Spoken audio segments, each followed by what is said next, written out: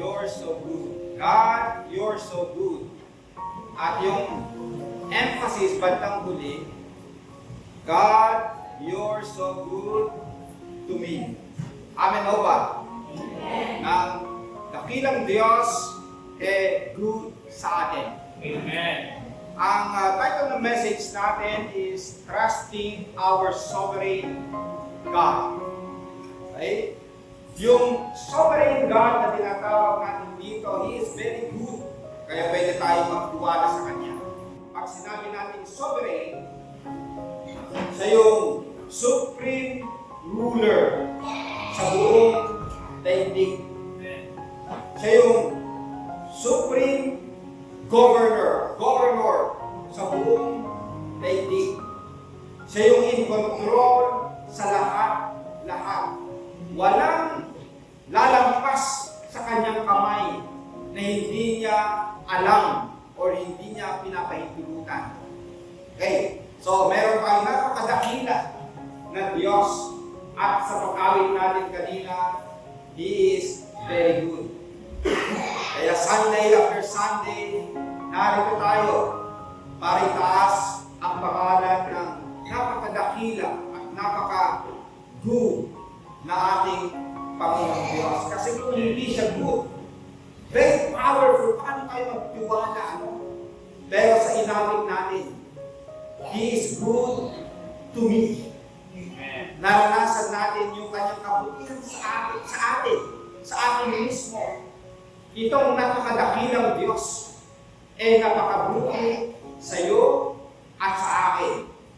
And in connection dito, we can trust yung Diyos na ito. Ano man yung nangyayari sa buong mundo, ano man nangyayari sa ating kapaligiran, at ano man nangyayari sa ating buhay, meron tayong Diyos. Napakadakila. Hindi siya impotent. Hindi siya powerless. Powerful siya. At kung ano man nangyari, pinahintulutan niya sa mundong ito, sa ating buhay, pwede pa rin natin sabihin, you're so good to me. Kaya magtiwala po tayo, base sa ating passage, tingnan po natin sa English yung passage natin. Sabi dito, come and see what the Lord has done, the desolations He has brought on the earth. Yung translation sa Tagalog medyo tiname, hindi pinakita dito yung desolations He has brought on the earth.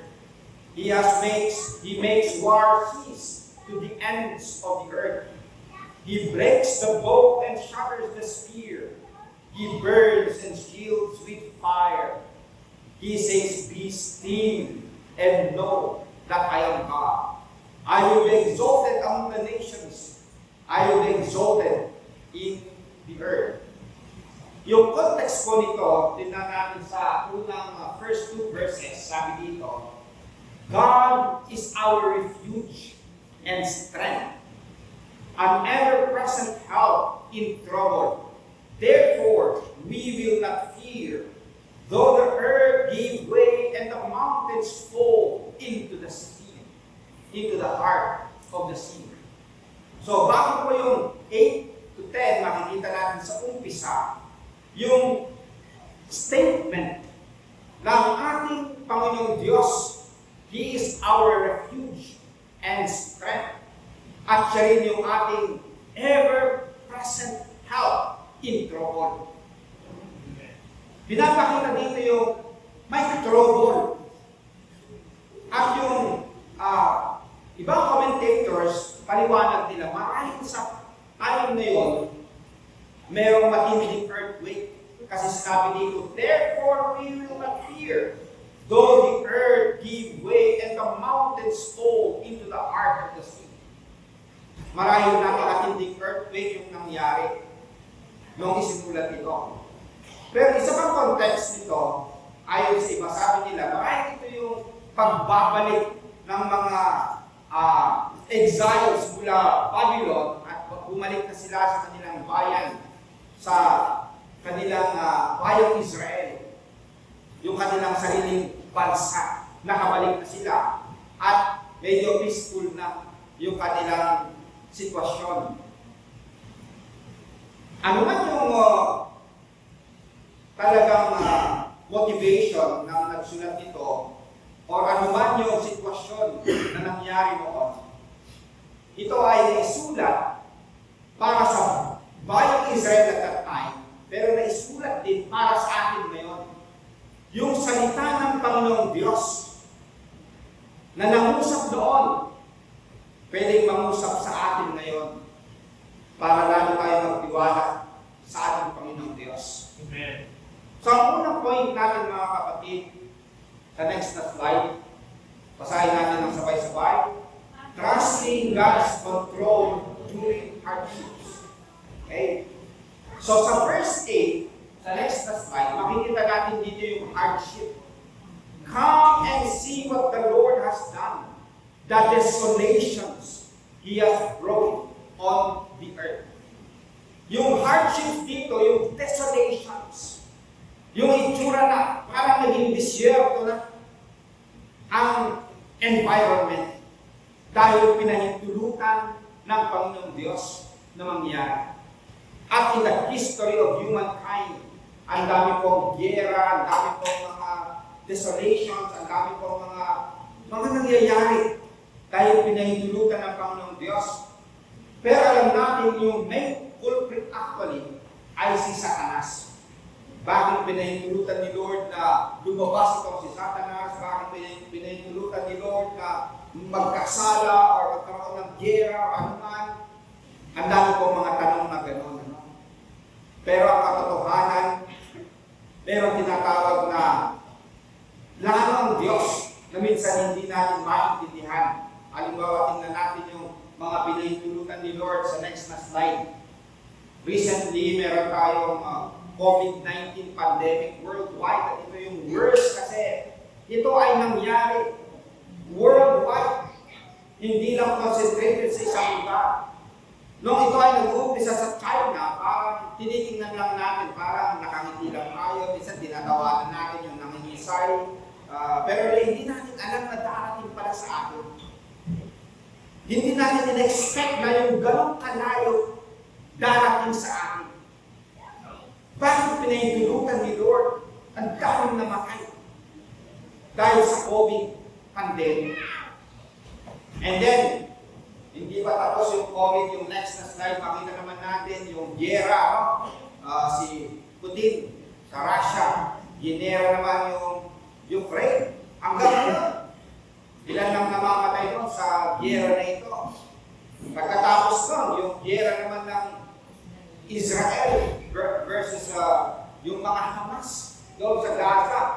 Itong pandemic meron, and then recently ngayon, matindi na. Grabe na yung nangyayari doon. Pero, pinapanood lang natin na ito ay malayo pa. Malayo.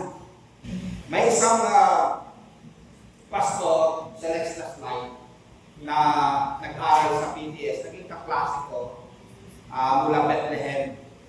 At sa kanyang Facebook, ang nakasulat doon yung pangalan niya, tapos black. Okay. Asawa niya Pilipina.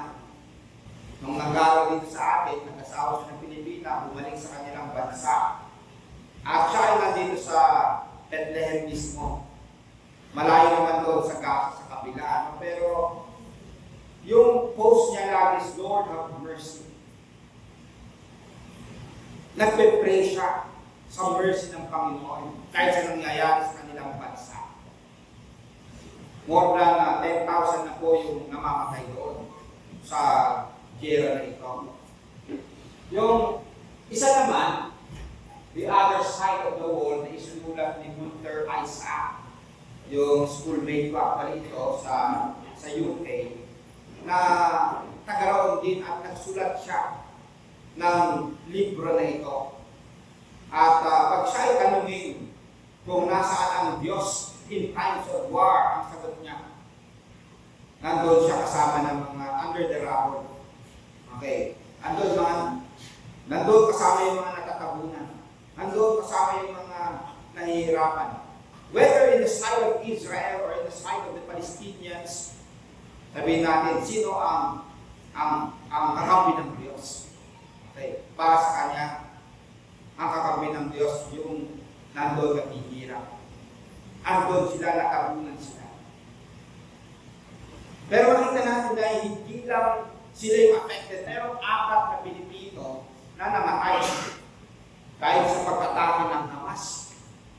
Hindi lang Pilipino, dami may mga Amerikano, Europeans, at iba pa na damay sa giyera na ito.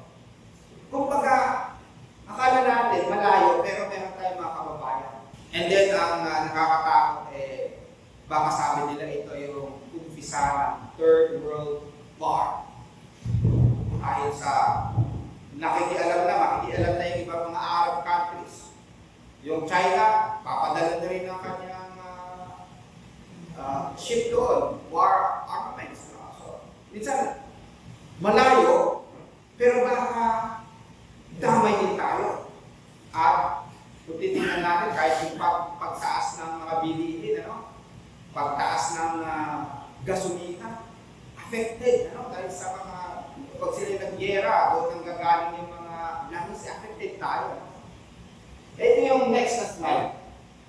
Ito, malala ito. May nagsabi, actually, baka Third World War, dito sa West Philippine Sea, South China Sea.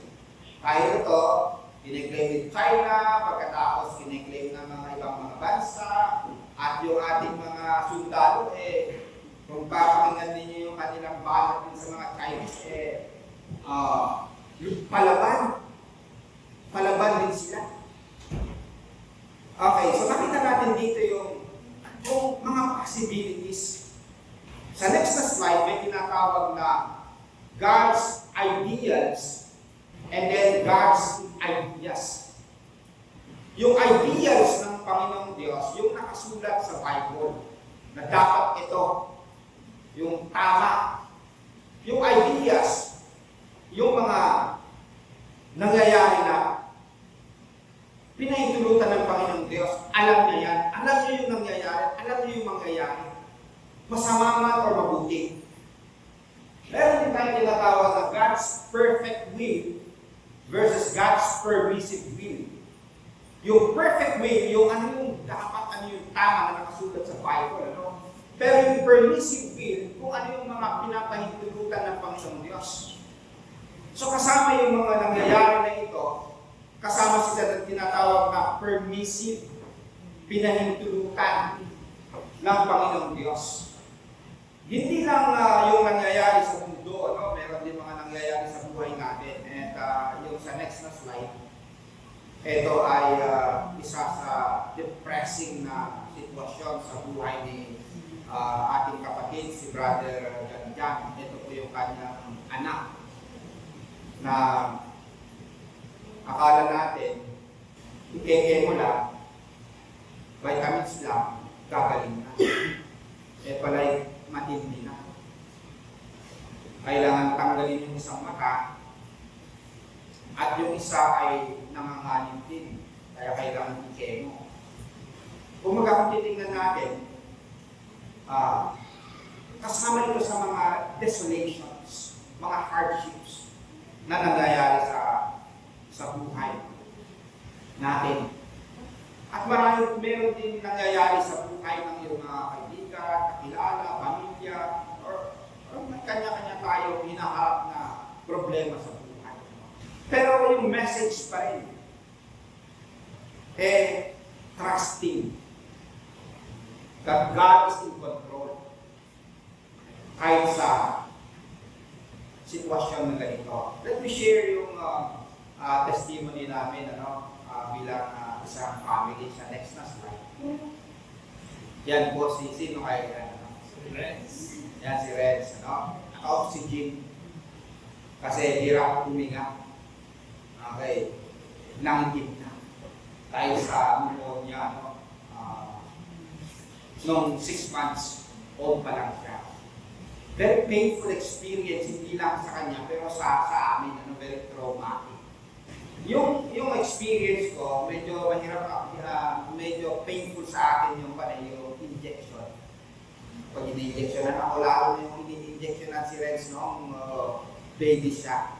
Yung minsan iiwan ko lang, kunwari maglalakad lang ako dyan kasi hirap akong makita yung ini-injectionan. Very painful para sa akin. Pero bakit sinasabit ko yung aking anak sa isang painful experience na i-injectionan ng nurse or i-injectionan ng doktor? Kasi alam ko, dito siya gagaling. Minsan, yung pain na nangyayari sa ating buhay, mysterious, pinapahinulutan ni Lord. May isang nagsabi, si C.S. Lewis, sabi niya, I suggest to you that it is because God loves us that He gives us the gift of suffering. Pain is God's megaphone to roast a deaf world. We are like blocks of stone out of which the sculptor carves the forms of man. The blows of his chisel, which hurt us so much, are what makes us perfect. Ito pala yung minsan yung hardships, yung trials, binanggit din sa book of James. Kaya si James, ang sabi niya, count it as pure joy when you face trials, hardships, difficulties, challenges of many kinds. Kasi may ginagawa ang Panginoon Diyos. Sa next slide, trusting in His control means surrendering our anxieties and fears, knowing that He is with us every step of the way.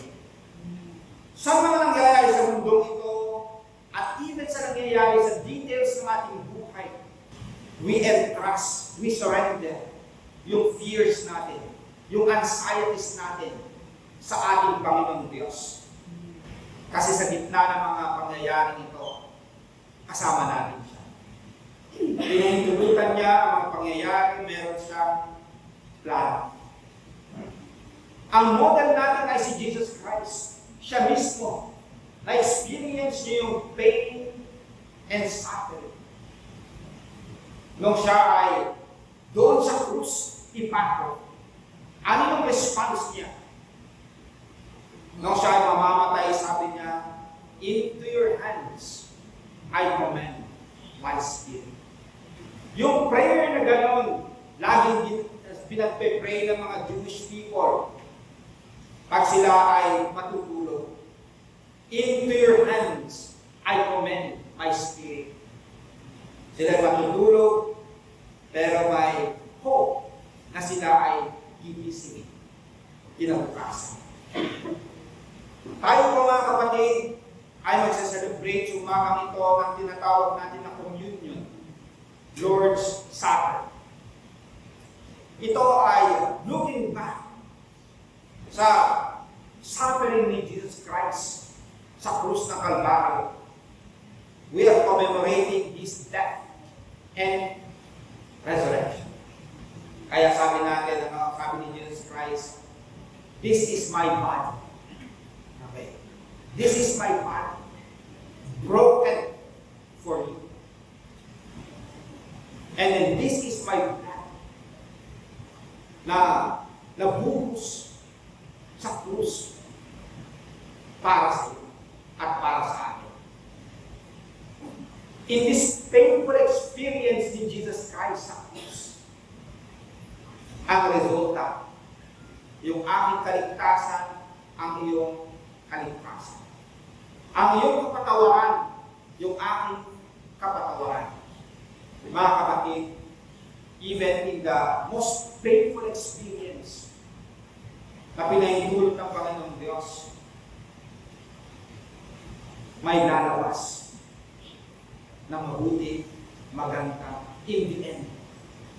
Makikita natin yung plano ng Panginoong Diyos. Sa inawit natin kanina, buhay mo ang inalay upang tayong dalawa hindi maghiwalay.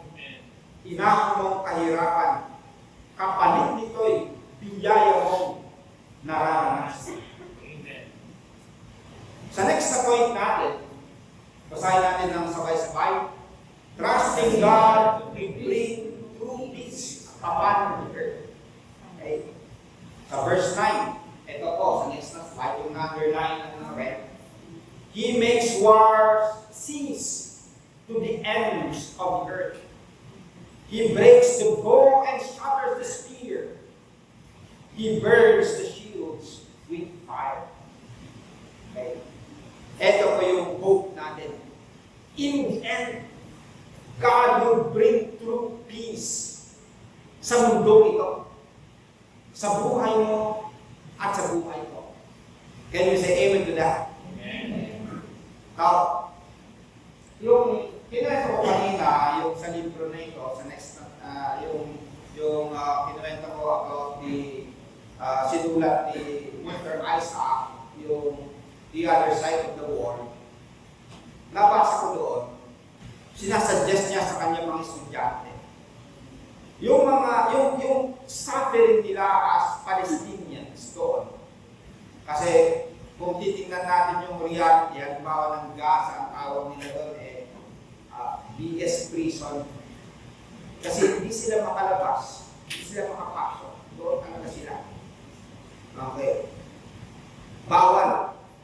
Pwede silang mag-import ng mga pagkain, bawal mag-export. Wala silang freedom. Okay, so makita natin dito. And then ang kanyang tanong sa kanyang mga estudyante sa seminary, ang sabi niya, i-imagine ninyo ang future. Ang future na mangyayari. And then, in-imagine ng mga estudyante kung ano yung kanilang inaasahan in the future. Sa ngayon, hindi man okay yung kanilang sitwasyon. Pero sa imagination nila, wow, mayroong kasiyahan, okay, wala nang gera, pwede na sila makalabas, pwede na sila kumain sa Jerusalem, magkape sa ibang lugar. So yun yung kanilang mga imagination. Sa atin kasi ng mga Christians, ay hindi lang imagination kasi merong promise ng Panginoon. Yung future will be okay in the end. Meron tinatawag na faith na peace, katulad ng sa Jeremiah 6:14, sa next na slide. They dress the wound of my people with very little care, saying, peace, peace, when there is no peace at all. Sa time ni Jeremiah the prophet, siya yung nagsabi, siya yung mouthpiece ng Panginoong Diyos na nagsabi, may mga nagsasabing peace, peace sa kanilang kapanahonan when there is no peace at all. Pwede kasi i-claim natin na, okay, meron world peace, ito yung inaasahan natin, pero ang magbibigay talaga ng true peace, ng real world peace, ay ang Panginoong Diyos. Sa next na slide, meron pong prophecy. Sabi ni Jesus Christ sa Matthew 24:6-8, and you will hear of wars and rumors of wars. See that you are not troubled. Okay, always meron yung encouragement ng Panginoon. Meron kayong mapapakinggan ng mga wars and rumors of wars. Pero huwag kayong matrobol. Huwag kayong matakot.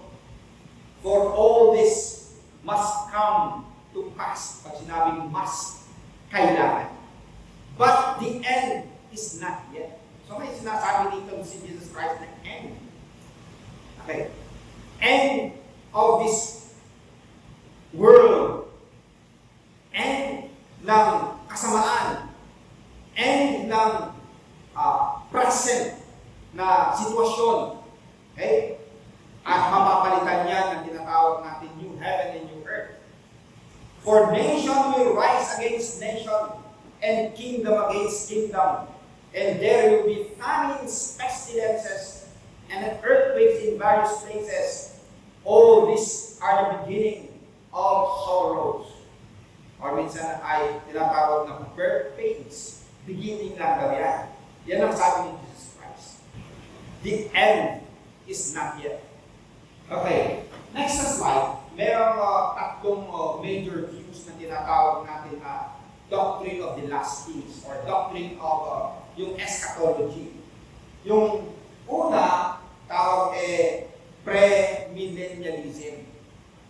Ito yung may time na pahirap, magkakaroon ng tribulation na 7 years. Yung greatest pain and sorrow sa mundo.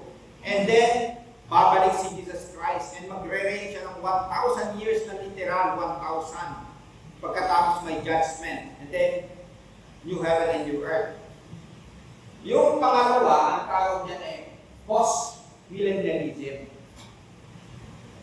Ito naman, yung pabuti ng pabuti yung mundo because of science and development, and then later on, magtutuloy yan sa tinatawag na millennium or literal 1,000 years na mabuti yung mundo.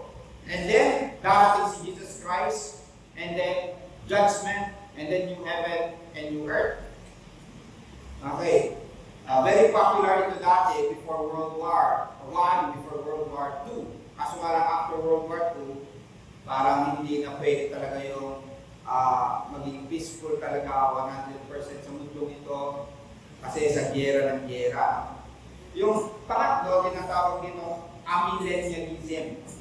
Yung ang 1,000 years na sinasabi sa Revelation, hindi siya literal na 1,000. Ang ibig sabihin ng symbolic millennium, ngayon na nagre-reign na si Jesus Christ. So, symbolic yan na magkasabay, may mga tribulation na nangyayari at patindi ng patindi. Pero hindi ibig sabihin mo na hindi nagre-reign si Jesus Christ. Ito yun, nagre-reign siya hanggang ngayon. Siya pa rin yung ruler. And then, babalik siya. And makikita natin siya face to face. And then there is judgment. And then, new heaven and new earth. Sa Pilipinas, meron din tinatawag ng probing. Pero gatas yun. Okay? Minsan nag-aaral ng theology, sabi nila, promil na lang sa akin kasi nakakalito ang mga yun. Promil na lang. Okay? Para masarap inumin yung gatas ng promil. Pero ang point lang dito mga kapatid, ano ang view darating si Jesus Christ? Babalik siya. At siya na yung mag-establish talaga ng tunay na kapayapaan sa mundo ito. Sa next slide, ito yung message natin pag Christmas, pasahin natin sabay-sabay. For unto us a child is born, unto us a son is given, and the government will be upon his shoulder, and his name will be called Wonderful Counselor, Mighty God, Everlasting Father, Prince of Peace. Hallelujah. At nangyari yan nang si Jesus Christ ay naipanganak. You see, prophesied in the Old Testament, dumating si Jesus Christ and He is called the Prince of Peace. Sa next na slide, ito po yung awit ng mga angels nung si Jesus Christ ay naipanganak. At yun yung isa-celebrate natin. December after December, no? Pasahin natin sabay-sabay. Glory to God in the highest heaven, and peace on earth to those with whom God is pleased. Okay, tingnan po natin. Peace on earth na dinala ni Jesus Christ. And then nung nalulungkot ang kanyang mga disciples sa chapter 14, verse 27, basahin natin na sabay-sabay. Ang sabi ni Jesus Christ, peace I leave with you. My peace I give to you. Let not your heart be troubled. Hallelujah. So ang Panginoong Diyos, siya yung nagbibigay ng true peace sa mundo ito at kahit sa buhay natin. We can still experience yung kapayapaan dahil meron sa atin yung Prince of Peace. Si Jesus ba ay nasa buhay mo? Amen. You can experience yung peace na galing sa Kanya. Kaya sabi dito, huwag tayong matrobol. Ano na mangyayari sa mundo or even sa buhay natin. Next slide. Pasahin natin. Trusting God's promise of true peace means actively working towards reconciliation nations and unity, reflecting His character to a broken world. Sa next slide, basahin natin. Trust in God to be glorified among the nations. Okay? Ano man nangyayari, God is glorified among the nations. Yan po yung sa next slide, yung passage natin. Yung verse 10, He says, "Be still and know that I am God. I will be exalted among the nations. I will be exalted in the earth." So, ano man nangyayari, siya pa rin ay maitataas. Sinabi niya, I will be. Okay, hindi niya sinabi, I might be, or, okay, but I will be. Talagang sigurado. Next slide. Is it okay that contemporary worship is more anthropocentric than theocentric? Ang nangyayari kasi minsan, ang worship, nakafocus sa tao. Dapat nakafocus sa Diyos. Amen ba? Yung inawit natin kanina, yung for the glory of Jesus' name. Okay, I am saved in Jesus' name, and then highly favored, anointed, and then but only sabi doon, for the glory of Jesus' name. Okay. At the end of the day, God is being glorified. God is being exalted. Okay, sa next slide. Sabi ni John Piper, mission is not the ultimate goal of the church. Worship is. Missions exist because worship doesn't. Bakit tayo nagmi-mission? Para marami pa makakilala at makasama natin i-worship ang ating Panginoong Diyos. Sa ating vision, we are a worshiping community. Sa next slide, this gospel of the kingdom shall be preached in the world as a testimony to all the nations, and then the end will come. Bago yung end will come, the gospel preached sa all nations, lahat ng bansa. Maraming makakakilala sa Diyos at sasambahin ang Diyos. Sa next slide, tingnan po natin yung nangyari. Kung titignan natin yung spread ng Christianity, the first century, 800,000 lang yung Christians. Ngayon, almost 2 billion. Baka sa time ngayon, 2 billion na. Ibig sabihin nun, yung Christianity na kukontinoon, nag-umpisa kay Jesus Christ and His disciples. Ngayon, more than 2 billion. Ilang kingdoms ang wala na. Pero nagpapatuloy pa rin ang pagdami ng Christianity. Nag-umpisa doon sa Israel, kumalat sa buong mundo hanggang sa makarating sa Pilipinas. Kaya nga po kasama na tayo sa nag-worship sa Panginoong Diyos. Kaya sabi ng passage natin, sabi ng Diyos, I will be exalted among the nations. Noon yun, sinabi niya, Old Testament. Ngayon, kasama ang Pilipinas, maraming nag-worship sa Panginoong Diyos. Sa next slide, basahin natin. Trusting in God's plan to be glorified among the nations means being a part of His mission to reach the lost. Kasi nga, kung tayo nagtitiwala sa Diyos na marami pa ang mag-worship sa Kanya, dapat tayo involved sa pag-evangelize. Dapat tayo involved sa pagbimisyon para marami pa ang makakilala at mag-worship sa Diyos. Hindi lang sa ating bansa yung iba ay magbimisyon sa ibang lugar para sila marami rin makakilala sa Panginoong Diyos. Alam niyo mga kapatid, sa ngayon, ang daming Pinoy sa iba't ibang bansa. Where there are Filipinos, there are churches. Hallelujah. Kung saan mang may Pilipino, tiyak may simbahan yan. Minsan nagamit din yung ating kahirapan sa Pilipinas, kaya nag-abroad yung maraming Pilipino. Pero sa ating pag-abroad para magtrabaho, nagtatayo rin tayo ng mga churches sa iba't ibang lupalop ng mundo. Marami rin ang nag-worship sa Diyos dahil sa pagmimisyon ng mga Pilipino. Kaya purihin ng Panginoong Diyos kasi kasama tayo sa ginagamit ng Diyos. That people will exalt the name of Jesus. Next slide. So ang motivation natin, in as much at may tinatawag na anthropocentric, na maligtas yung tao, pero at the end of the day, may tataas ang pangalan ng Diyos. The heavens declare the glory of God, and the skies proclaim the work of His hands. Kahit yung nature, nagwo-worship din sa Panginoong Diyos. Gusto kong i-end sa isang matagal ng kwento nung wala pang internet, wala pang mga communication na katulad na meron tayo. May isang governor sa Amerika na nagtawag siya. Sabi niya, meron akong gustong palayain, kaso nga lang nandun sa malayong lugar.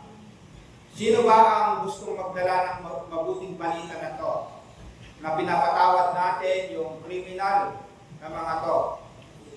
May isang nag-volunteer at pinuha niya yung tinatawag na pardon paper sa governor at naghanda siya ng kanyang kabayo at ng kanyang donkey.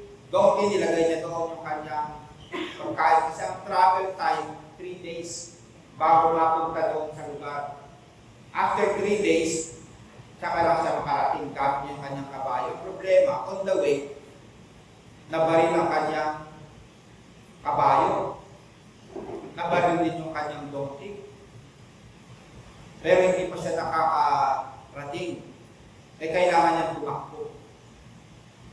Pero, sige pa, takbo ng takbo hanggang sa makarating siya doon sa lugar. Pagod na pagod, iniabot niya yung papel sa warden. Nang pagpapasa ng warden, binasa niya, okay, pinalayan niya yung mga makasalanan, mga kriminal na kailangan dapat mamatay sa time na yun. After some time, nagising na itong nagdala ng papel. Sabi ng warden sa kanya, bakit mo sinakripisyo yung buhay mo? Tingnan mo yung dinaanan mo, delikado yan. Pwede kang mamatay yan. Sabi niya, kasi po, kasama ako nila dati na nakakulong. Kasama ako na kriminal, makasalanan. Pero may nagdala ng papel at ako ay napatawad. At ako'y masayang-masaya. At gusto ko rin na pa-experience ng iba ito. Kaya pinangako ko sa sarili ko, every time na may nangangailangan ng papel, dadalhin ko sa kanila. Kanina, umawit tayo ng magsasaya sa bahay na Ama. Kasi naranasan natin ang pag-ibig, ang pagliligtas ng Ama. Amen ho ba? Pero nais ba natin na maranasan din ng iba? Na mas marami pa ang makakaranas at mas marami pa ang sasamba at aawit ng magsasaya. Amen. At magpupuri sa Ama. Mga kapatid, hindi natin alam yung buhay natin, yung nangyayari sa mundo, pero hanggang buhay tayo, meron pa tayong misyon. Marami pa po ang mga kailangan ng kapatawaran. At marami pa ang kailangan natin akayin para makasama natin na sumamba sa pangalan ng ating Panginoong Diyos.